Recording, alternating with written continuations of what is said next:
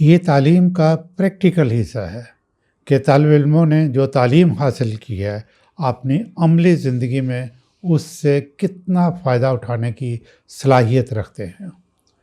چوتھا انڈیکیٹر ہے faculty student ratio. اس کی ویٹیج 10% ہے۔ اگرچہ یہ اہم ہے لیکن ٹیکنالوجیکل ایڈوانسمنٹس نے اس کی اہمیت میں ذرا کمی کر دی ہے۔ تدریس کی حد تک اس کی اہمیت میں کمی قابل فہم ہے، لیکن ریسرچ اور خاص طور پر پریکٹیکل ورک کے لیے ایک ٹیچر کے پاس اتنے طالب علم ہونے چاہیے جن میں سے وہ ہر ایک کو پوری کنسنٹریشن کے ساتھ وقت دے سکے۔ پانچواں انڈیکیٹر انٹرنیشنل فیکلٹی ریشو۔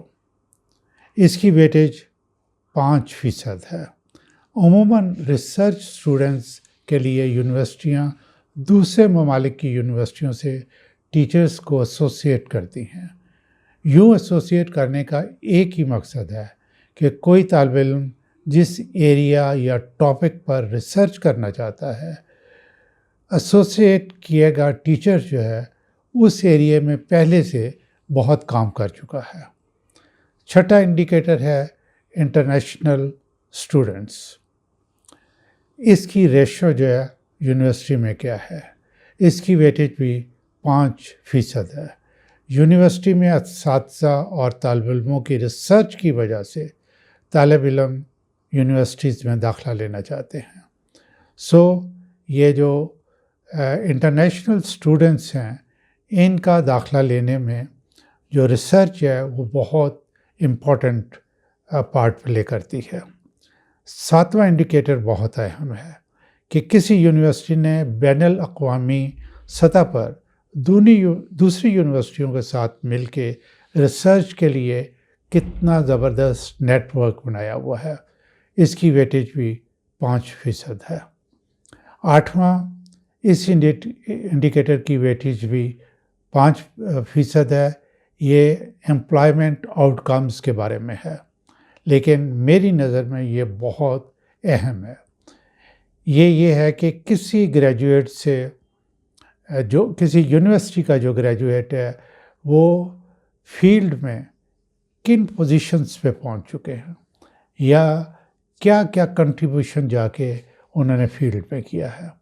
نواں اور آخری انڈیکیٹر جو ہے وہ سسٹینیبلٹی کے بارے میں ہے کہ جس میں ماحولیات، سماجی ذمہ داریاں شامل ہیں۔